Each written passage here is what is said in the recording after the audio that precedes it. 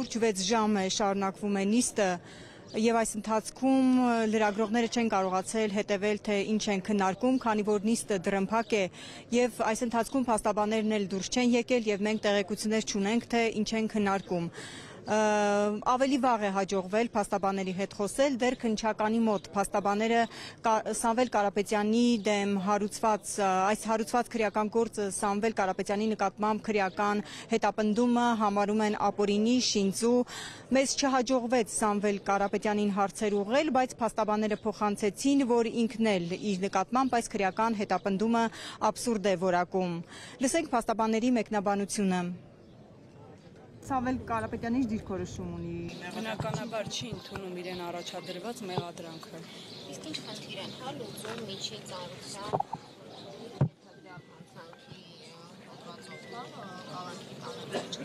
Ես ինչպես նշեցի, մեզ համար եւս անհասկանալի է, երբ հոդվածի սանկցիան այլընտրանքային է եւ միջին ծառայության հանցագործության դասին է պատկանում եւ նման Սամվել Կարապետյանի նման հայ ազգի համար բարերար անձնավորությունը ներկայացում է դատարան որպես կալանավորումը խափանման միջոց նշված հոդվածով կիրառելու համար։ Խոսքը գնում է մոտ 50-ից ավել անձանց մասին։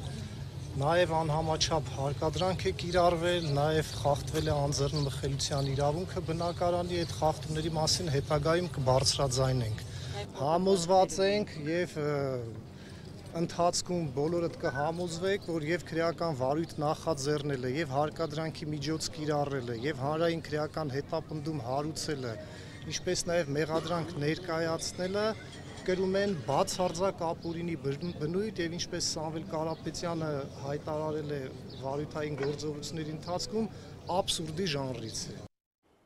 Գայանե, մենք վարչապետի մեկնաբանությունները լսեցինք, քիչ հետո նաև կներկայացնենք, նրան անհանգստացրել էր երեկվա հարցազրույցը, իրավապահներն են այդ հարցազրույցը դրել մեղադրանքի հիմքում, դու փորձել ես ճշտել, կոնկրետ որ հայտարարություններն են խնդրահարույց համարել։ Աստղիկ Սամվել Կարապետյանի նկատմամբ քրեական հետապնդումը սկսվեց երեկվանից, երբ նա Մայրաթորի բակից պաշտպանեց հայ առաքելական եկեղեցին Փաշինյանի պայքարից եւ ասաց հետեւյալը՝ մեջբերեմ, ես միշտ եղել եմ եկեղեցու հայ ժողովրդի կողքին, եթե քաղաքական գործիչներին չհաջողվի, մենք մեր ձևով ենք միջամտելու եկեղեցու դեմ արշավին։ Ահա այս հայտարարությանը հաջորդեց Նիկոլ Փաշինյանի գրառումը, որից հետո սկսվեցին քրեական արդեն իրավական գործընթացները։ Այո, ես հարցրել եմ փաստաբաններին, թե ինչն են հատկապես համարում իշխանությունը զավթելու, կառավարությանը տիրանալու կոչեր եւ փաստաբաններն էլ հաստատեցին, որ բացառապես Սամվել Կարապետյանի այս հայտարարությունն է մեղադրանքի հիմքում եւ հենց այս հայտարարության հիման վրա են նրան մեղադրում իշխանությունը զավթելու, կառավարությանը տիրանալու կոչերի համար։ Աստղիկ Կանե մի հարցել ունեմ, վարչապետն այսօր խորհրդարանում խոսեց տիպողաբար ցույցի բերելու մասին, ապա իրավապահների հետ համագործակցելու կոչ արեց, պայմաններն էր ներկայացնում, ով կհամագործակցի, կխրախուսվի, ով ոչ, կդատվի։ Հավաքվածները տիպողաբար են բերվել, փորձել ես նրանցից ճշտել։ Ես փորձել եմ հարցուփորձ անել ոչ բոլոր հավաքվածներին, բնականաբար քաղաքացիներին այդ հայտարարություններից հետո մոտեցել ենք եւ հարցրել արդյոք նրանց ստիպել են որ գան եւ այստեղ այս հավաքին մասնակցեն, բայց մենք չհանդիպեցինք մի քաղաքացու, որը խոստովաներ կամ հայտարարեր, որ իրենց տիպողաբար են բերել դատարանի մոտ։ Ես նշեմ, որ դատարանի մոտ հավաքվել են հարյուրավոր աջակիցներ ի պաշտպանություն Սամվել Կարապետյանի, նրանք այս ողջ ընթացքում այստեղ են եղել, պարբերաբար վանկարկում են Սամվել, ազատություն, արդարություն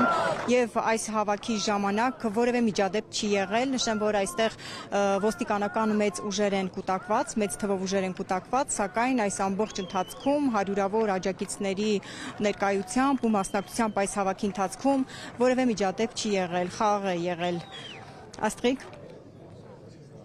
Հիմա ասում եմ հետեւյալը, հեծի են աշխատողները Հեսա շատ արագ հեծը լինելու է պետական սեփականություն։ Հեծի այն աշխատողները, որոնք հիմա կֆիքսենք մենք, ովքեր այդ գործողությունը անում են եւ մարդկանց տիպողաբար ցույց են բերում, տեսեք հետո բան չլինի, հետո չասեն վայ, բա գիտեք եւ այլն, բոլորը ազատվելու են աշխատանքի։ Այն ԶՊՄԿ-ի են բանի ուժեղ տղեկի նման, էլի ծնկաչոք գալու են մեր դռների դեմը կանգնեք, տեսեք, ոչ մեկը ոչ մեկին ներում չի լինելու, ոչ մեկին։ Հա, որ ամեն ինչ պարզ լինի։ Երկրորդը, այն աշխատողները, ովքեր կհրաժարվեն եւ կհազանգեն, կհամագործակցեն իրավապահ մարմինների հետ եւ կոնկրետ ցուցմունքներ կտան, եթե հիմա ասենք ենթադրենք նրանց ոչ մեկ չի ազատվի, որովհետեւ մենք բավարար լծակներ ունենք այդ մարդկանց պաշտպանելու համար, իսկ ովքեր իրավապահ մարմիններին հետ կհամագործակցեն, ցուցմունք կտան եւ այլն, այն մյուսները կդատվեն, իսկ համագործակցող աշխատողները կխրախուսվեն։ Այսօր հայտարարություն է տարածել նաև ձերբակալված Սամվել Կարապետյանը, նա անդրադառնալով այս քրեական հետապնդումներին ասել է, թե մեջբերեմ եք հատված, երբեք չեմ հրաժարվի իմ սկզբունքներից ու արժեքներից, համախմբվելու ենք ու կարողանալու ենք ելք գտնել մեր երկրի շուրջ ստեղծված ծանր իրավիճակից։ Նշեմ, որ այստեղ են եկել նաև բազմաթիվ հոգևորականներ, բարձրաստիճան հոգևորականներ, ի աջակցություն Սամվել Կարապետյանի, նրանց այստեղ հավաքված քաղաքացիները դիմավորեցին ծափահարություններով, հոգևորականները պատասխանեցին լրագրողների հարցերին, նրանք տարակուսած են, որ հարևան երկրում պատերազմ է, Հայաստանը պատերազմի սպառնալիքի տակ է, իսկ Հայաստանի ղեկավարը պայքար է սկսել եկեղեցու եւ կաթողիկոսի դեմ։ Աստղիկ հոգևոր եղբայրների հետ բերելու մեր զորակցությունը, սերը, նվիրումը, հավատարմությունը մեր ազգային բարերարին, մեծարգոտյար Սամվել Կարապետյանին, ով իր կյանքով եւ իր գործերով վկայել է, որ ճշմարիտ քրիստոնյա է, բացառիկ հայրենասեր։ Այս անվտանգային վիճակը, որ ստեղծվել է աշխարհում, մենք ավելի լուրջ խնդիրներ ունենք, գոյաբանական պայքար է սկսվել աշխարհում, մենք նման ճղճիմ հարցերով ենք զբաղվում։ Բազմաթիվ հարցեր կան, որ լավ ճիշտ կլիներ դրան անդրադառնալ։ Հարևան երկիր Պարսկաստանից եթե ժողովուրդ եկան, ինչ ենք անելու։ Պատմությունը միշտ ցույց է տվել, այն մարդիկ, ովքեր որ եկեղեցու դեմ են եղել, այսօր չկան պատմության մեջ, բայց եկեղեցին կա։ Սամվել Կարապետյանի խափանման միջոցի հարցը դատարանում դեռ քննարկվում է, Գայանե Սարիբեկյանը դատարանի առջևից էր պատմում, նորություն լինելուն պես կտեղեկացնենք, ես շարունակեմ թողարկումը։ Արդյոք վարչապետի գրառումները ուղիղ ցուցում չէին իրավապահներին, նախ վարչապետը կոնկրետ որակումներ տվեց ու սպառնաց, դրան հետևեցին ոստիկանների գործողությունները, ու մինչ ոչ մի իրավապահ դեռ չի ասել մեղադրանքն ինչպես է հիմնավորվում, վարչապետն ազգային ժողովում մեկնաբանել է, մեջբերեմ լկտի հարձակում է տեսնում, որին խոստանում է տալ համարժեք պատասխան։ Ու այս պայմաններում ընդդիմադիրների հիմնական քննադատությունն այն է, որ երկրի առաջին դեմքի հրահանգով են իրավապահներն անցել գործի չեզոքացնելու ընդդիմախոսներին։ Այդ հայտարարությունը եկեղեցու մասին չէր, այդ հայտարարությունը Հայաստանի Հանրապետության մասին էր եւ փորձ էր արվում տպավորություն ստեղծել, թե Հայաստանի Հանրապետությունում կարող են գալ ինչ-որ մարդիկ, ինչ-որ տեղերից եւ ինչպես իրենք են ասում, իրենց ձևերով ինչ-որ բան անել եւ Հայաստանի Հանրապետությունը ունի արձագանքի կոնկրետ լծակներ եւ ես չեմ հանդուրժի ընդհանրապես որևէ մեկի լեզուն պտտվի տենց բան ասի։ Ես ընդհանրապես խորհուրդ եմ տալիս, որ որևէ մեկի լեզուն չպտտվի տենց բան ասի, որովհետեւ գիտեք Հայաստանի Հանրապետությունը ժողովրդավարական երկիր է եւ Հայաստանի Հանրապետությունում յուրաքանչյուրը ունի կարծիք արտահայտելու հավաքներ անցկացնելու, քաղաքական եւ հանրային կյանքի մասնակցելու իրավունք, բայց Հայաստանի Հանրապետությանը սպառնալ որևէ մեկը չի կարող եւ ես ինչքան էլ ժողովրդավարություն ամենակոշտ եւ ամենակոպիտ միջոցները կձեռնարկեմ ցանկացած նման դեպքում։ Այսինքն Կարապետյանը ուղղակի ասաց, որ ես կլինեմ եկեղեցու Կարապետյանը, գիտեք ինչ, ոչ Կարապետյանը ասաց, որ մենք եթե քաղաքական գործիչներին չհաջողվի, այսինքն եթե քաղաքական մենք մեր ձևերով կմասնակցենք կամ կմիջամտնենք եւ այլն եւ այդպես շարունակ։ Դա արժանացել է եւ արժանանալու է կոնկրետ համարժեք գնահատականի։ Ընդհանրապես ես ձեզ մի բան ասեմ, որ Հայաստանի Հանրապետության ժողովուրդն էլ իմիջայլոց մեզ մեղադրում է եւ մարզային այցերում էլ այդ մեղադրանքը հաճախ են նշում։ Մեր երկրում ցավոք շատերը կամ ոմանք ժողովրդավարությունը փորձում են նույնացնել թուլության հետ։ Ես ասում եմ, նրանք ովքեր կփորձեն կամ կշփոթվեն ժողովրդավարությունը թուլության հետ շփոթել, պետության համը կմնա նրանց բերաններում։ Սամվել Կարապետյանի ձերբակալությունից հետո վարչապետը հայտարարում է նրան Հայաստանում պատկանող թերևս ամենամեծ ընկերությունը, Հայաստանի էլեկտրական ցանցերը ազգայնացնելու ծրագրերի մասին։ Վատ աշխատանքներ մատնանշում։ Վարչապետը Կարապետյանի ակտիվացումն ու վերջին հայտարարությունը հեծով զբաղվելու իր հանձնարարականի հետ է կապում։ Արդեն ազգայնացման օրենքի նախագիծ կա ըստ վարչապետի, բայց դրա բովանդակությանը հնարավոր չէ ծանոթանալ, խորհրդարանի կայքում այն հրապարակված չէ։ Forbes-ի ռեյտինգով Ռուսաստանի 44-րդ ամենահարուստ գործարարը նաև այլ բիզնեսներ ունի։ Այսօր Սննդի անվտանգության պետական մարմինը սկսել է հետաքրքրվել Տաշիր պիցցայի գործունեությամբ։ 5 սրճարան արդեն փակվել են։ Ընդդիմության գնահատականը միանշանակ է, ապօրինի գործընթացներ են։ Տաշիր գրուպի սեփականատեր Սամվել Կարապետյանի տան խուզարկությունից եւ նրա ձերբակալությունից ժամեր անց վարչապետ Փաշինյանը խոսում է միլիարդատիրոջ ընկերությանը պատկանող ՀԵՑ-ն ազգայնացնելու, պետականացնելու մտադրության մասին։ ՀԵՑ-ը իր գործունեության արդյունքում Հայաստանում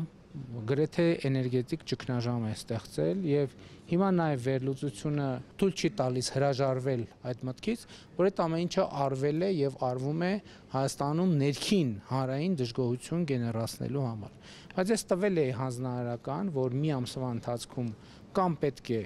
հստակ ժողովրդին հասցրած վնասը վերականգնելու մեխանիզմներ դրվեն, կամ ՀԵՑ-ը պետք է ազգայնացվի, այսինքն պետականացվի։ Ավելի վաղ Փաշինյանը Facebook-ում էր մի գրառում արել, զգուշացնելով ՀԵՑ-ի բոլոր աշխատակիցներին բարեխղճոր են կատարել իրենց աշխատանքային պարտականությունները։ Ազգայնացումից, պետականացումից հետո բարեխղճությունը հաշվի կառնվի։ Ինչպես է պատրաստվում սա իրականացնել Նիկոլ Փաշինյանը։ Վարչապետի խոսքով ազգային ժողովում արդեն ՀԵՑ-ն ազգայնացնելու օրենքի նախագիծ կա։ Խորհրդարանական ընդդիմությունը մինչդեռ այստեղ օրինական գործընթաց չի տեսնում։ Պատիվ ունեմ խմբակցության քարտուղար Տիգրան Աբրահամյանը տարակուսում է, արդյոք սա ազգային ժողովով լուծելու հարց է։ Հայաստան խմբակցության падգամավոր Արթուր Խաչատրյանն էլ ավելացնում, որ պայմաններում պետությունը կարող է մասնավոր բիզնեսում մաս ունենալ։ Խորհրդանում ունի մեծամասնություն եւ ունի բոլոր հնարավորությունները նաեւ խորհրդանով այդ process-ը իրականացնելու համար, բայց ընդհանրակարգային առումով չգիտեմ թե ոնց է իրականացվելու, հատկապես երբ որ գործընթացը մեկնարկը ապօրինի է, բնականաբար մենք չգիտենք ինչ նոր սյուրպրիզներ կլան եւ այդ ապօրինությունները ինչպիսի դրսեւորումներ կստանան։ Եթե բացենք մեր օրենսդրությունը, ազգայնացում կամ պետականացում եզրույթը սահմանված չէ։ Եթե պետությունը ցանկանում է մասնակցություն ունենալ ձեռնարկությունների կառավարման մեջ, ապա կարող է այդ ձեռնարկությունների բաժնետոմսերը գնել շուկայական արժեքով բաժնետերերի հետ համաձայնությամբ։ Հայաստանի էլեկտրական ցանցերը Ռուսաստանաբնակ միլիարդատերին պատկանող Տաշիր գրուպը ձեռք է բերել 10 տարի առաջ 2015 թվականին։ Ընդդիմադիր падգամավորները ավելի քան վստահ էին, որ Կարապետյանի հետ տեղի ունեցող գործընթացը ուղիղ անդրադարձ կունենա Հայաստանի միջազգային ներդրումների վրա։ Սա անցալում են որպես մարդկանց սեփականության դեմ հարձակում եւ բավականին վատ ազդեցություն ունենալու մեր ներդրումային միջավայրի վրա եւ Հայաստանի որպես պետություն նաեւ սա իմիջային մեծ խնդիրներ է ստեղծել։ Մենք ունենալու ենք բիզնես միջավայրի էական վատ թարացում, մենք ունենալու ենք կապիտալի արտահոսք։ Այս զարգացումներին զուգահեռ այսօր հանրային ծառայությունները կարգավորող հանձնաժողովը 10 միլիոն դրամով տուգանեց ՀԵՑ-ին։ 12 էջանոց որոշման մեջ մանրամասն նշված էին ընկերության տևական ժամանակ թույլ տված խախտումները։ Դեմ չկա, շնորհակալություն։ Հանրային ծառայությունները կարգավորող հանձնաժողովի նախագահ Մեսրոպ Մեսրոպյանը Ազատության հետ զրույցում պնդեց, որ այսօրվա որոշումը կապ չունի Սամվել Կարապետյանի հետ տեղի ունեցողի հետ։ Այդպիսի ուղիղ հրահանգների ես չեմ ենթարկվում։ Մեսրոպ Մեսրոպյանը անցած տարի է ընտրվել այս պաշտոնում իշխող ԿՊ-ի անդամակցությունը սառեցնելուց հետո։ Ընդդիմադիր Հայաստան խմբակցության падգամավոր Ագնես Ախամոյանը այն ժամանակ մտահոգություն էր հայտնել, որ Մեսրոպ Մեսրոպյանին հանձնաժողովի նախագահի պաշտոնը վարչապետը առաջարկել է, նաև ձեր առջև պայման է դրել խլելու հետ օրինակ։ Նման բան չկա։ Քաղաքական հարցերին այսօր Մեսրոպյանը չպատասխանեց, չհստակեցնելով նաև արդյոք իր գլխավորած հանձնաժողովի գործողությունները կարող են նպաստել վարչապետի մտադրությունների իրականացմանը։ Երբ որ կլինի նման քաղաքական որոշում եւ դրա արդյունքում բնականաբար արդեն կլինեն համապատասխան հիմքեր, բայց ես առանց այդ քաղաքական որոշման սպասելու, մենք առանց այդ քաղաքական որոշման սպասելու բոլոր այն թերությունները, բոլոր այն արձանագրված խախտումները, որ տեսնում ենք ոչ միայն հեծում, այլ նաև Գազպրոմում, այլ նաև Վիոլայում մշտապես ենթարկա են մեր վերահսկողությանը եւ այդտեղից բխող գործողությունների։ Հեծից ներկայացուցիչ այսօր չէր եկել նիստին, ըստ Մեսրոպյանի սա առաջին դեպքն էր։ Կարելի է ենթադրել, որ հաշվի առնելով 3 տեղի ունեցած իրադարձությունները մի փորձեք ինձ քաղաքական գնահատականների դաշտ տանել։ Օրվա երկրորդ կեսին էլ հայտնի դարձավ, որ սննդամթերքի անվտանգության տեսչական մարմինը սանիտարահիգենիկ ստուգումներից հետո կասեցրել է Կարապետյանին պատկանող պիցցա տաշիր ՍՊ-ի 30 կետերից 4-ը։ Դրանք այս պահին փակ են, աշխատողներն էլ հրաժարվեցին հարցազրույցներից։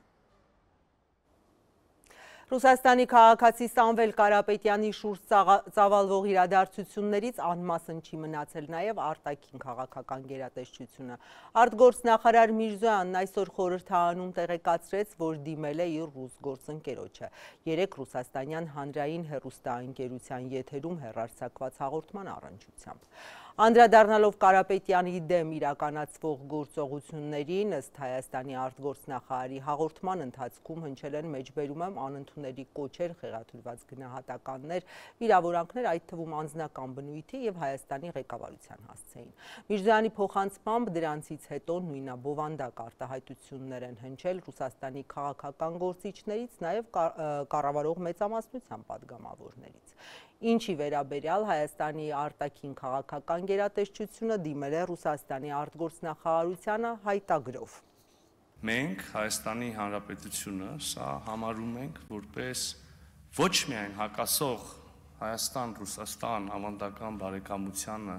եւ այդ բարեկամությունը ամրագրող կամ կանոնակարգող իրավական փաստաթղթերին, այլև ուղղակի բացահայտ միջամտություն Հայաստանի Հանրապետության ներքին գործերին եւ ոտնձգություն մեր ինքնիշխանության եւ ժողովրդավարության դեմ։ Այս մասին մենք տեղեկացրել ենք մեր ռուսաստանյան գործընկերներին, կարծում եմ, որ այս ժամի դրությամբ պաշտոնական հայտագիրը պետք է որ հասած լինի հասցեատիրոջը։ Այս իրադարձությունների ֆոնին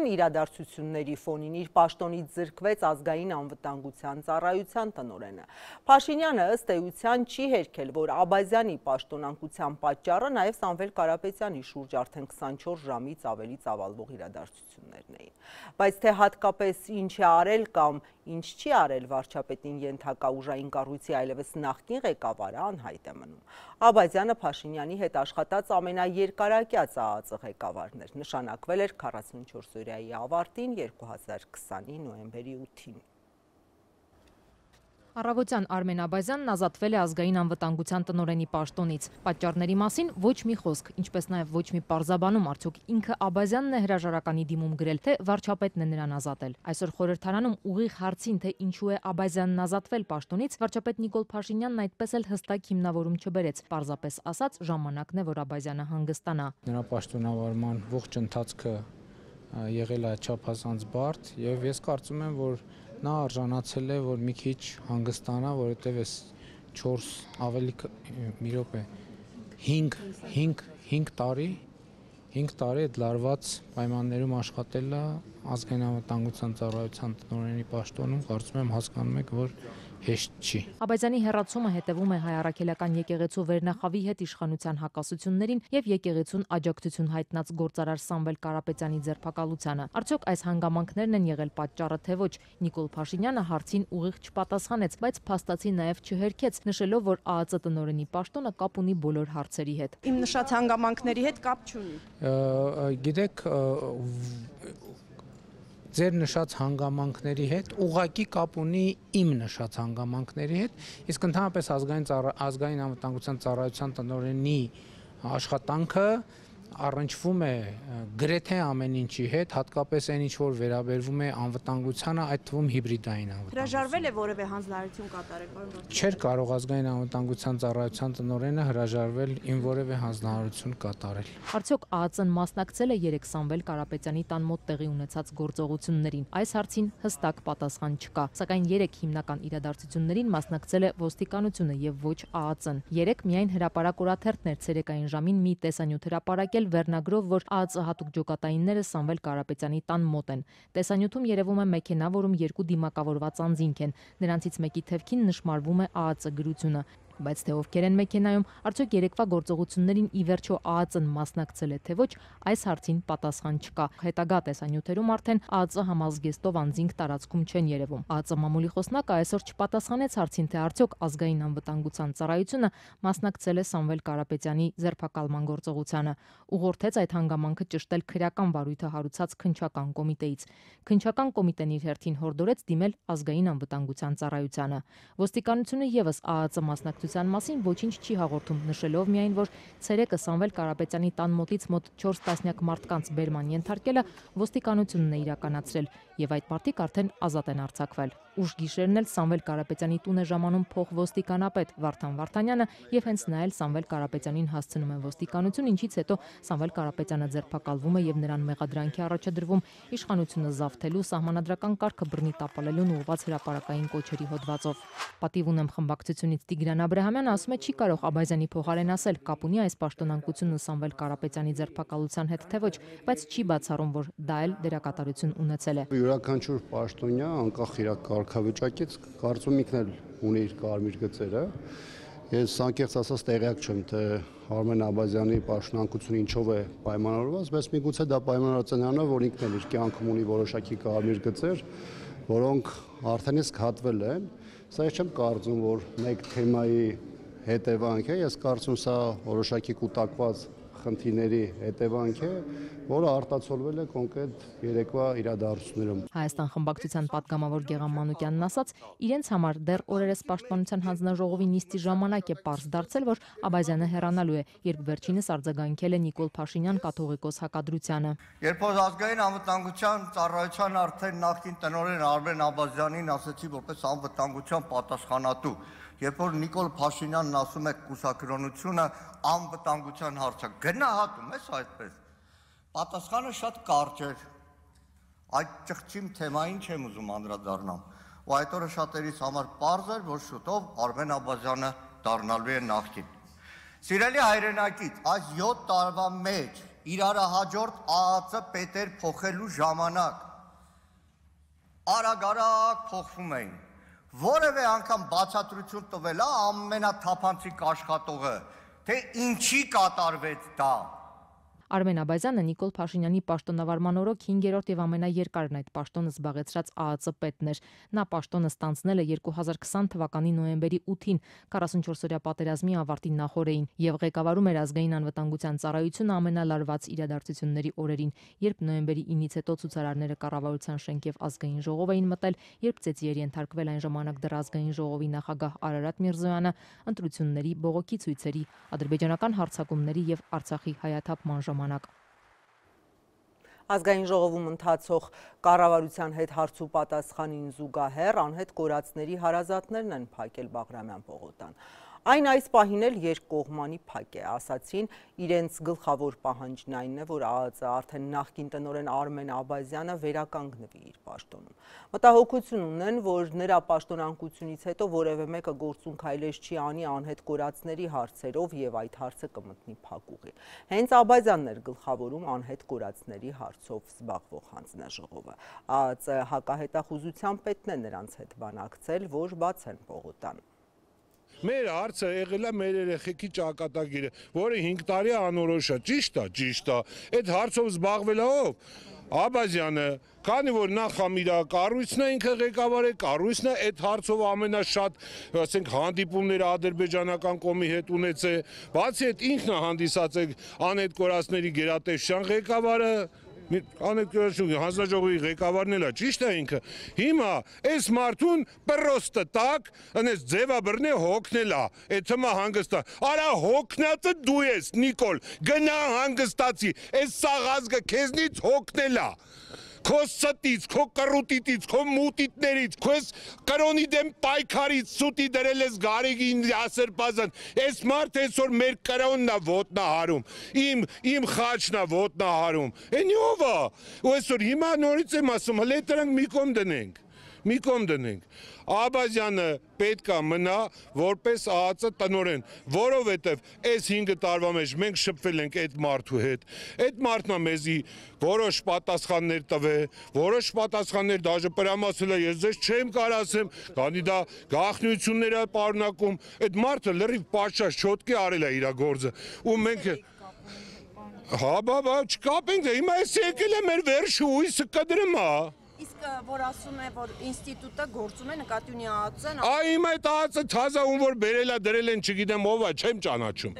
Այ չեմ ճանաչում, չեմ տեսել, մի օր հանդիպանը չի ել այդ մարդը ներկա, որ ես գոնե ասեմ, հարա, դե այսքան հանդիպել ենք, ինքն է կողը նստած այլ է լսել է։ Հիմա ես էլ պետք է ասի, մի հատ նյութերին ծանոթանամ։ Ասում են 0-ից սկսելու։ Հա, հետո գնա էլի մի սատկի գարուն կգա յոնջակը բուսնի։ Այդպես չի ձևը, ժողովուրդ։ Հիմա շարունակում եք պնդել, որ հանդիպի ինքը պատասխանի ձեր հարցը։ Դո ցավը տանեմ, չեմ ուզում իր այդ ոչ տենամ, ես իր դեմքը չեմ ուզում, նողկանք եմ ապրում ես այդ մարդուն տեսնելուց։ Պահանջ Աբազյանին հենց հիմա վերականգնի։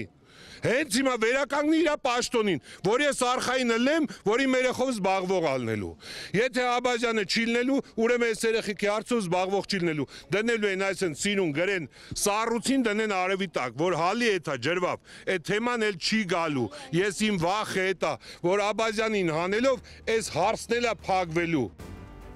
Այս պահին էլ հայ-իրանական սահման տեղափոխվենք, Ռոբերտ Զարգարյանը երկրորդ օրն է այնտեղ է աշխատում։ Ռոբերտ, բարի երեկո, ցերեկը կուտակումներ կային սահմանի երկու կողմում էլ, այս պահին ինչ վիճակ է, մարդկանց հոսքը էլի չի դադարում։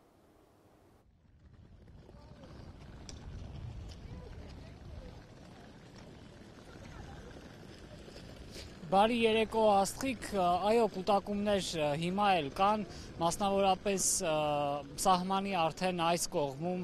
դեպի անցակետ բերում հատվածում, այսպես կիլոմետրերի հասնող բեռնատարներ են կանգնած, այդ շարքը կիլոմետրերի է հասնում, դրանք հիմնականում իրանական համարանիշներ ունեն։ Ես այստեղից արդեն անցակետի արդեն իրանական հատվածում ճիշտ է բավականին մեծ տարածություն կա, բայց տեսնում եմ, որ այն կողմում էլ մեծաթիվ բեռնատարներ են կանգնած։ Այսօր օրվա ընթացքում արդեն անցակետից այս կողմ քաղաքացիների շարժը նույնպես նույն կերպ շարունակվում էր, գալիս են ինչպես իրանցիներ, այլ նաև այլ երկրների քաղաքացիներ, մասնավորապես ասիական երկրների քաղաքացիներ են գալիս, այսօր ցերեկը օրինակ չինացիների մի մեծ խումբ տեսանք, ովքեր այսպես դրոշներով սահմանը անցակետից անցան, ապա մեքենաներ նստեցին եւ ուղևորվեցին դեպի հավանաբար Երևան։ Աստղիկ։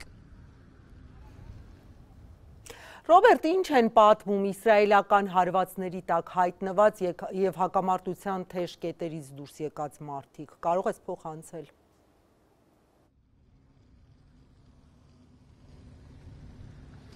Աստղիկ մարդիկ հիմնականում մեկ բան են պատմում, այսպես եթե փորձեմ իմի բերել, բոլորն էլ անհանգիստ են ու վախեցած են իսրայելական հարվածների կապակցությամբ, մի մասը պատմում է, որ այնտեղ հարազատներ ունեն դեռ, նրանց համար անհանգիստ են, մյուսները այլ երկրներում են օրինակ ապրում, բայց վերջին օրերին հենց Իրանում էին, մասնավորապես Թեհրանում, Թեհրանից եկած շատ քաղաքացիների հետ խոսեցինք այսօր, նրանց մի մասը պատրաստ է տեսախցիկների առջև խոսել, մյուսները չեն ցանկանում, ասելով, որ այդ դեպքում գուցե խնդիրներ ունենան հետագայում, մի հայ ընտանիքի հանդիպեցին, կինը անչափահաս երեխաների հետ, ովքեր որոշել էին այս օրերին Երևան տեղափոխվել, մինչև իրավիճակը Իրանում կայունանա, իսկ մարդիկ թե ինչ էին պատմում տեսախցիկի առջև, առաջարկում եմ հիմա դիտել. ما خارج شدیم از تهران به خاطر بمباران.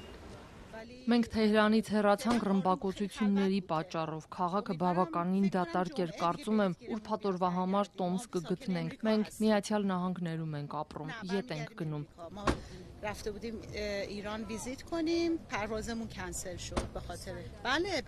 خانواده Այո, մենք շատ հարազատներ ունենք Իրանում, բոլորը շատ վախեցած են եւ փորձում են լքել Թեհրանը, ոչ ոք չգիտի, բոլորն անհանգստացած են, հուսով են, որ լայնածավալ պատերազմ չի լինի, պատերազմը շատ վախենալու է. جنگ به زودی تموم بشه مردم ایران و اسرائیل در صلح Հուսով են պատերազմը շուտով կավարտվի եւ Իրանի ու Իսրայելի ժողովուրդները խաղաղության մեջ կապրեն միմյանց հետ. Շատ տխուր է, որ իրավիճակը հասավ դրան. Ես շատ բան չգիտեմ, բայց ասում էին, որ տարբեր վայրերից մարդիկ տարհանվել են. Մենք Թեհրանից հեռացանք, ապա եկանք դեպի Հայաստան. به سمت ارمنستان. راه این کوه و دره خیلی سخت بود. می اومدیم خیلی Ճանապարհները շատ խցանված չէին, բայց դժվար էր լեռնային ճանապարհը դժվար էր, վախենալու էր թվում ու անապահով, մեր վարորդը շատ զգույշ էր. جادش واقعا خوب نبود و خیلی خطرناک بود و امکان داشت که ما لیز بخوریم بیافتیم و رانندمون خیلی محتاطانه مثلا رانندگی کرد. Կներեք, ես պետք է գնամ. الان به من گفت 305 Ինձ ասացին 350 ԱՄՆ դոլար, ես այդ տղային ասացի, որ կարող ես այլ մարդկանց հետ տանել, ասաց, որ 250 ԱՄՆ դոլար միայն ինձանից կվերցնի, պետք է գնամ, հարցնեմ, եթե 250 է, կգնամ։ Ես Երևանում ոչ ոք չունեմ, հիմա եւ Թեհրանում իրավիճակն այդպիսին է, ես պետք է գնայի ու ես չէի ուզում գնալ Թուրքիա, որովհետեւ գիտեի, որ այնտեղ շատ են գնում։ Ոչ Թուրքիա, ես ուզում եմ գնալ Միացյալ Նահանգներ։ Թեհրան գործով էի գնացել, արդեն 15 տարի ապրում եմ Միացյալ Նահանգներում, ստիպված էի անցնել այս ճանապարհով։ Մտածեցի, որ Հայաստանում անվտանգության առումով ավելի լավ վիճակ են, քան թուրքական սահմանին։ Ես չէի ուզում անցնել այդ քաոսի միջով եւ որոշեցի գալ եւ անցնել ձեր ճկնաղ երկրով։ Բոլորն անհանգստացած են այս պատերազմի պատճառով, անհանգստացած են այս հրթիռների պատճառով։ Հարազատներս ասացին, որ ես անմիջապես հեռանամ այս կոտրված ոտքով։ Ահա թե ինչու ես եկած ցամաքով, լեռներով եւ հիմա այստեղ եմ։ Նրանք անհանգստացած են պատերազմի, սովի եւ մեզ հետ պատահած բոլոր դժվարությունների պատճառով։ Մենք հույս ունենք, որ պատերազմը երկար չի տևի։ دیروز که می اومدیم توی راه تبریزم زدن دیگه Թեհրանում սարսափելի է, 3 երկրորդ ճանապարհին նրանք հարձակվեցին նաև Թավրիզի վրա, հարձակման ենթարկվեցին նաև Բանդարաբասն ու Յազդը, ինչպես նաև շատ այլ վայրեր, նրանց թվում նաև Շիրազն ու Սպահանը։ Հուսով եմ, որ սա շուտով կավարտվի, բայց նախագահ Թրամփն ասաց, որ Թեհրանը պետք է տարհանվի։ Մենք մտածեցինք, որ ինչ-որ բան է կատարվելու, շատերը շտապել են լքել քաղաքը։ باورمون شد که واقعا دیگه همه اومده بودن Ռոբերտ, դու տարածքում հայաստանցի պաշտոնյաներ տեսար այս օրերին, Մեղրիից Երևան տեղափոխման համար ինչքան հասկացա անհատ տաքսու վարորդները աստղաբաշխական գներ են ասում։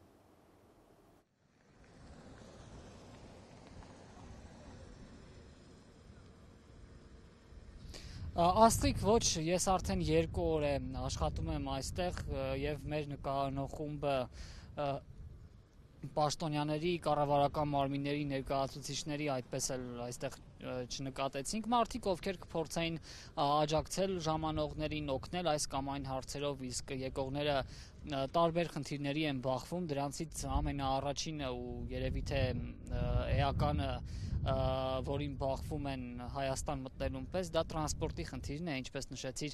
տաքսիների համար բավականին մեծ գումար են պահանջում վարորդները, 300-ից 350 դոլար, ինչը իրանցիների համար մեծ գումար է, այս օրերի ընթացքում ընթացքում չեմ տեսել պաշտոնյաների, ովքեր այս հարցերով կփորձեն օժանդակել, աջակցել, այնինչ Երևանում պաշտոնյաները ուղիղ հակառակի մասին էին այսօր պնդումներ անում, ասում էին, որ զբաղվում են այս հարցերով, փորձում են օժանդակել, օգնել, փոխվարչապետ Մհեր Գրիգորյանը ավելի վաղ ասել էր, որ սցենարներ են մշակում, ճիշտ է, առանց որևէ հստակ բան հայտնելու, ապա նաև արտգործնախարար Արարատ Միրզոյանը թեմայի վերաբերյալ խոսեց, ասաց, որ փորձում են օգնել մարդկանց, առաջարկում եմ այդ ելույթից մեկ հատված դիտել։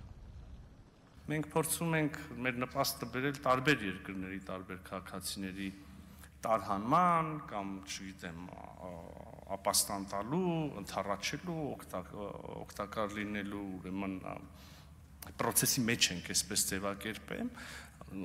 Եթե չեմ սխալվում, 3 թե նախորդ օրը նույնիսկ հրապարակային անդրադարձ եղավ նրան, որ օրինակ Հնդկաստանի քաղաքացիների ուսանողների խմբի ենք օգնել Հայաստանի ուրեմն սահմանը հատելով տարհանվել, վերադառնալ հայրենիք, նաև կարող եմ ասել աֆրիկյան մի քանի պետություններ, Զիմբաբվեն, օրինակ Չինաստանի քաղաքացիներ, Ֆրանսիայի քաղաքացիներ, Միացյալ Նահանգների քաղաքացիներ, սա շարունակական պրոցես է եւ ինչպես կարող ենք գնահատել առաջիկա օրերին միայն ծավալները կավելանան։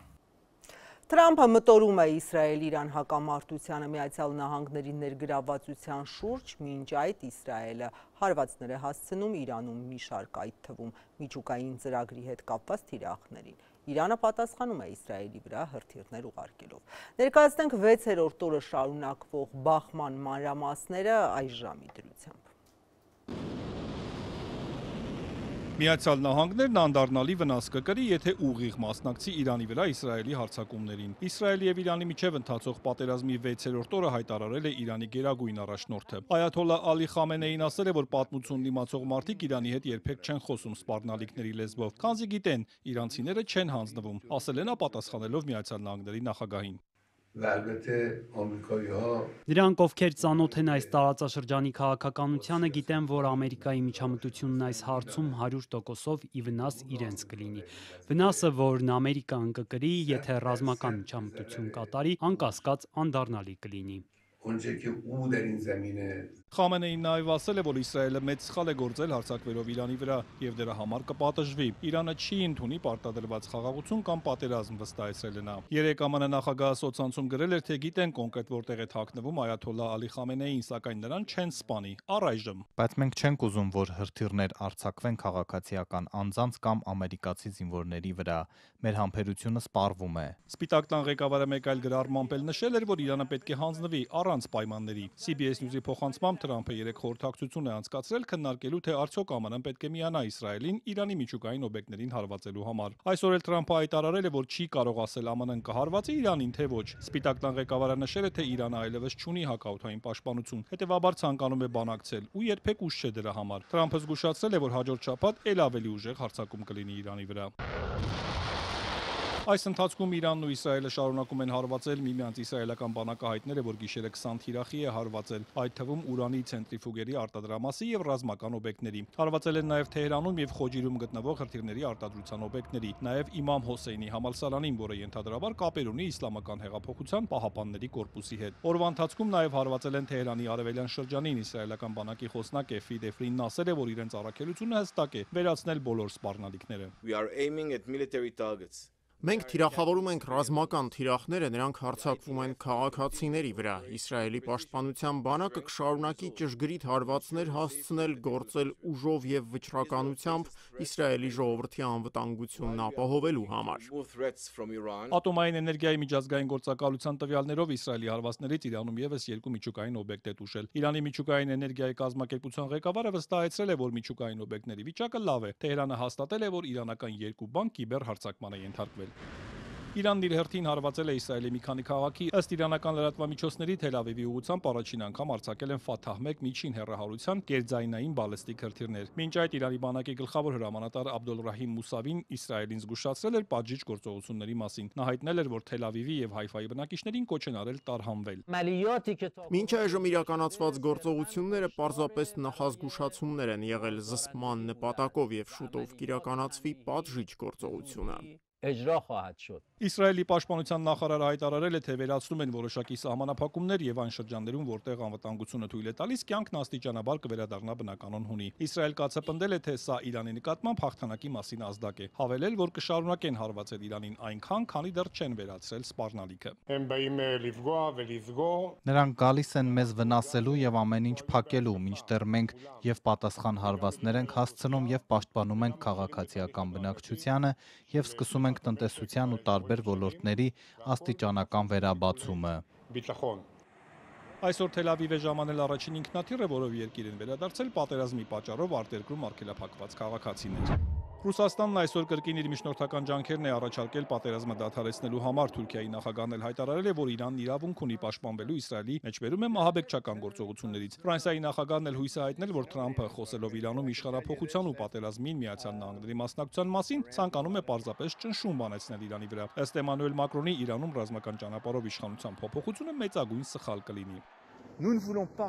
Մենք չենք ուզում, որ Իրանը միջուկային զենք կամ բալիստիկ հնարավորություններ ունենա։ Կարծում եմ այսօր ամենամեծ սխալը կլինի, եթե փորձ արվի ռազմական ճանապարհով Իրանում փոխել ռեժիմը, քանի որ դա կհանգեցնի քաոսի։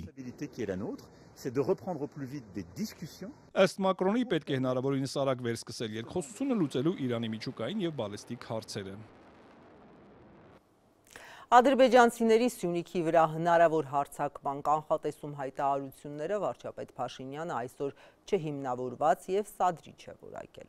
Անհանգստությունները հնչում են մասնավորապես Իրան-Իսրայել հակամարտության սրման ֆոնին, որ Բաքուն կարող է օգտվել իրավիճակից եւ Հայաստանի տարածքով դեպի Նախիջևան ճանապարհ բացել։ Ես այդ հայտարարությունները համարում եմ սադրիչ, պրովոկատիվ, ես այդ հայտարարությունները համարում եմ չհիմնավորված եւ Հայաստանի քաղաքացիների շրջանում անհանգստություն, խուճապ եւ անորոշություններ գեներացնելու համար։ Հայաստանի Հանրապետությունը եւ Ադրբեջանի Հանրապետությունը համաձայնեցրել են խաղաղության եւ միջպետական հարաբերությունների հաստատման մասին համաձայնագրի նախագիծը եւ ինչպես ասել եմ, Հայաստանի եւ Ադրբեջանի միջև նոր պատերազմ չի լինելու է խաղաղություն։ Վաղը Թուրքիա կմեկնի Ադրբեջանի նախագահ Իլհամ Ալիևը, հաջորդ օրը Հայաստանի վարչապետ Նիկոլ Փաշինյանը։ Արդյոք այնտեղ ծրագրվում է եռակողմ կամ երկկողմ Փաշինյան-Ալիև հանդիպում, պարզ չէ։ Նիկոլ Փաշինյանն այսօր հրաժարվել է իր այցի օրակարգը բացահայտել։ Եվ վերջում դարձյալ ներքաղաքական օրակարգին վերադառնանք, վարչապետ Նիկոլ Փաշինյանն այսօր խորհրդային եկեղեցական կանոնագրքով էր եկել, երեկ գրել էր միայն դրա ձևակերպումներով է խոսելու, մեջբերեմ ոչ մի դոմփել։ Մի քանի օր հոգևորականների հասցեին գրառումների ձեռն պահեր մնում, այսօր էլի սիրով խոսեց թեմայից, որը դեռ երեկվանից Սամվել Կարապետյան եկեղեցի զարգացումներից հետո էր թեժ պահում։ Ես մոռացա մի վարքյան։ Էն տոպրակը բեր անվտանգության աշխատակցի ականջին շշնջում է վարչապետ Նիկոլ Փաշինյանն ու քիչ անց լրագրողներին ցույց տալիս, թե ինչի վրա է հիմնվում, երբ թունդ բառապաշարով ստատուսներ է գրում հոգևոր իշխանության մասին։ Համաբարբար կանոնագիր քայոց։ Այս եւ ահա այս գրքերի մեջ է սահմանված։ Եկեղեցական կանոնագրքերն են վարչապետի վերջին օրերի սեղանի գրքերը։ Այսօր առավոտյան 6-ն էլ չկար, երբ նա սոցցանցում արդեն մեջբերումներ էր անում այս կանոնագրքից։ Ասելիքն ամփոփող է, ուխտը խախտողը պիտի կարգալույց լինի։ Նորությունն այն է, որ կաթողիկոսից բացի ըստ Փաշինյանի Մայրաթորի դիվանապետ Արշակ Սրբազանն էլ է կուսակրոնությունից շեղվել, ապացույցներ ունի։ Եթե ես խոսում եմ, ուրեմն ես ունեմ ապացույցներ, բայց ես առաջարկել էի, դուք չեք նկատել, որ չեն վիճարկում իրենք դա։ Իրենք չեն վիճարկում։ Ասում են անլուրջ է ձեր հայտարարությունը։ Իրենք չեն ասում, իրանք ընդհանրապես չեն վիճարկում իմ հայտարարությունները, չեն վիճարկում։ Նիկոլ Փաշինյանն առայժմ չի բացահայտել, թե որտեղից է ստանում այդ ապացույցները։ Այսօր էլ հայտարարեց, եթե իր պնդումները դատարանում վիճարկող լինի, կներկայացնի դրանք։ Ինչու է Փաշինյանը հիմա հիշել հոգևորականներին, ասաց նախկինում էլ լսել էր այդ մասին, չէր հավատում։ Երկար ժամանակ ես չեմ հավատացել այդ լուրերին, որովհետև ես ուղղակի չեմ մտածել, որ այդպիսի բան կարող է լինել։ Ու հիմա լռել չի կարողանում, որպես հավատացյալ։ Հենց այդպես է ներկայանում վարչապետը, երբ խոսքն ամենայն հայոց կաթողիկոսին փոխելու իր նախաձեռնության մասին է։ Վստահ է առանց բախումների վեհարանը կազատի վեհափառից, մեջբերում քրիստոնեական սիրո վրա հիմնված քայլերով։ Հայ առաքելական եկեղեցու հավատավոր հոտը ինքը կմերժի, էլի ես կանոնագրքից ինչ որ ասում եմ, այստեղից է։ Օրվա երկրորդ կեսին Նիկոլ Փաշինյանը հաստափոր նույն գրքերով խորհրդարանական ամբիոնի մոտ էր։ Ոնց կարանք մենք թույլ տանք, որ վեհարանում գտնվի մի մարդ, որը արհամարել է մայրաթոր Սուրբ Էջմիածնի խորանի առաջ ծնկաչոք իր ստանձնած ուխտը, ոնց կարանք մենք դա հանդուրժենք։ Համաձայն չէ, որ եկեղեցու գործերին խառնվելը իր գործը չէ։ Ժորժ ջան, այդ մեր եկեղեցին է։ Ոնց ենք մենք մեր եկեղեցու ներքին գործերին խառնվում։ Այդ մեր եկեղեցին է, այս մեր ուխտն է, այս մեր ավանդույթն է։ Իդեպ Փաշինյանը մեջբերումներից բացի թեմատիկ տեսանյութ է տարածում, այդտեղ հինգաբեղաներ մայրաթոռում կուսակրոնության կարգն են ընդունում ու վերջում ուխտագիր ստորագրում։ Հանձն եմ առնում ընդունելու կուսակրոն քահանայության կարգը։ Ուխտը եկեղեցու առաջ է եւ Աստծո առաջ է, այսինքն եկեղեցին Հիսուսի արյունից է, եւ ուխտը եկեղեցու եւ Աստծո առաջ է։ Պետհամալսարանի Աստվածաբանության ֆակուլտետի դասախոս կրոնագետ Վարդան Խաչատրյանը պնդում է հոգևորականի ուխտի հովանավորը Աստված է, վարչապետը չէ։ Կաթողիկոսն էլ ընտրվեց, Աստծո կամքն է։ Այդտեղ գործում է Աստված ուղղակի, այսինքն ընտրությունը պատկանում է Աստծուն։ Եթե Աստված չի կամենում, որևէ մեկը չի կարող ընտրվել, որովհետև Աստծո ձեռքին է ամեն ինչ։ Եթե նա ընտրվել է ձայների մեծամասնությամբ, ուրեմն դա Աստծո կամքն է։ Ըստ կրոնագետի այս հարցերը քննելը ժամանակավոր իշխանության գործը չէ։ Եթե դուք բացում եք կամախներով առլեցուն պահարանը, առաջերտին դա լցվում է ձևով։ Շնություն անելով այլևս կույս չեն կարող համարվել։ Ոչինչ չի կանգնեցնի վարչապետին, նա արդեն այնքան է խորացել դավանաբանական, կանոնական, կրոնական գրականության մեջ, որ թիմակիցները նրան հենց այդպիսի հարցեր են ուղղում խորհրդարանական հարցուպատասխանի ժամանակ։ Արուսյակ Ջուլհակյանը Գրիգոր Լուսավորչի զավակների վերաբերյալ տեղեկատվություն էր խնդրում։ Ռուբեն Ռուբինյանը կանոնագրքից պարզաբանում էր ուզում եւ Փաշինյանն ուներ բոլոր հարցերի պատասխանները հղումներով։ Կանոն Գրեմիա Եպիսկոպոսը կամ երեցը կամ սարգսակը, եթե պոռնկության մեջ կամ երթմնազանցության կամ գողության մեջ բռնվեն, կարգալույծ լինեն։ Ասում է, եթե տանտիկին պահի, կարգալույծ լինի, այսինքն քննարկման տեղ չի թողում։ Հաջորդը իթ կանոնը։ Վարչապետը բոլոր հղումներից միայն մեկ եզրահանգում ունի՝ հայ առաքելական եկեղեցին պիտի ազատվի իր բառով սրբապիղծներից։ Ինքը կամակատար է, ինչ ասում են, այն կատարում է։ Ադրբեջանի պատվերում է այս։ Այո, Ադրբեջան չէ, Թուրքիա։ Կուգարած թեմի առաջնորդն այս ամենն անվանում է ցնորամտություն ու վստահ պնդում, թե ամենայն հայոց կաթողիկոսը չի հեռանալու, մոռացեք։ Նման բան չի լինելու։ Եվ վերջում վերադառնանք օրվա գլխավոր թեմային Ռուսաստանաբնակ միլիարդատեր Սամվել Կարապետյանի կալանավորման հարցին ու դարձյալ կապ հաստատենք մեր թղթակից Գայանե Սարիբեկյանի հետ։ Գայանե, կարծես նորություն կա, ինչ կարող ես փոխանցել դատարանի մոտից։ Աստղիկ ավարտվել է Սամվել Կարապետյանի կալանքի միջնորդության քննությունը, դատավորը հեռացել է խորհրդակցական սենյակ որոշում կայացնելու, փաստաբանները դուրս են եկել նիստերի դահլիճից, պատասխանել լրագրողների հարցերին, ըստ նրանց արդյոք կկալանավորվի Սամվել Կարապետյանը, թե կմերժեն քննիչի միջնորդությունը, փաստաբաններն ասացին, որ դա պարզ կլինի 1-2 ժամից։ Ես նշեմ, որ նրանք դարձյալ այս գործը որակեցին ապօրինի, ավելի վաղ Սամվել Կարապետյանն էլ էր այս քրեական գործի մասին խոսելով ասել, որ սա աբսուրդ է։ Փաստաբանները ասացին, որ այս քննությանը ներկայացել է 3 քննիչ, դատախազ, ինչը կալանքի քննության ժամանակ տարածված երևույթ չէ, իսկ ինչն է դրված մեղադրանքի հիմքում։ Փաստաբանները հայտարարեցին, որ մեղադրանքի հիմքում բացառապես Սամվել Կարապետյանի հայտարարությունն է եղել, Նյուզերեմին տված մեկնաբանությունը, ես հիշեցնեմ, որ այս մեկնաբանության ժամանակ Սամվել Կարապետյանը պաշտպանելով եկեղեցուն ասել էր, թե մեջբերեմ եկեղեցու կողքին եմ, հայ ժողովրդի կողքին եմ, եթե չհաջողվի քաղաքական գործիչներին, ուրեմն մենք էլ մեր ձևով ենք մասնակցելու այդ եկեղեցու դեմ արշավին։ Ահա այս հայտարարությունը դրվել մեղադրանքի հիմքում եւ Սամվել Կարապետյանին մեղադրում են իշխանության զավթելու, կառավարությանը տիրանալու կոչերի համար։ Լսենք փաստաբանների մեկնաբանությունը։ Կալանքը որպես խապաման միջոց քննելու մասին միջնորդության քննարկումը ավարտվեց, քննչական մարմինը ներկայացրեց իր տեսակետը, պաշտպանական թիմը մանրակրկիտ ձևով ներկայացրեց մեր տեսակետը, դատարանը հեռացել է խորհրդակցական սենյակ որոշում կայացնելու, որոշումը կայացնելու վերաբերյալ ժամ չի ներկայացրել, բայց մեր խորին համոզմամբ դա կլինի մոտակա առաջիկա 1-2 ժամերի ընթացքում։ Հանրահայտարարողը ինչ հիմնավորումներ էր Եվ մեղադրանքի հիմքում բացառապես հայտարարություն։ Մեղադրանքի հիմքում բացառապես դրված է այն տեսանյութը, որը որ դուք բոլորը տեսել եք եւ մենք խորին համոզմունք ունենք,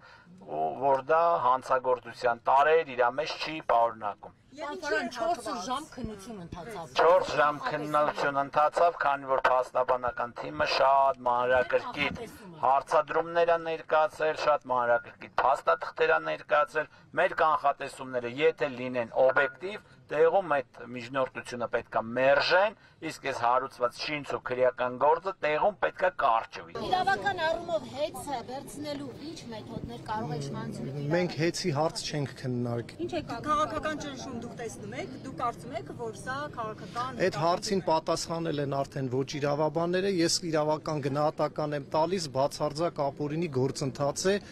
մենք իրավական process-ի ականատեսը չենք։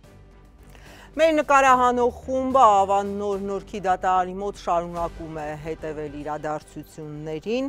Ազատություն.am կայքում նորություն լինելուն պես մենք կներկայացնենք, նաև սոցիալական ցանցերի մեր էջերին հետևեք, այսօր այսքանը, հաջողություն։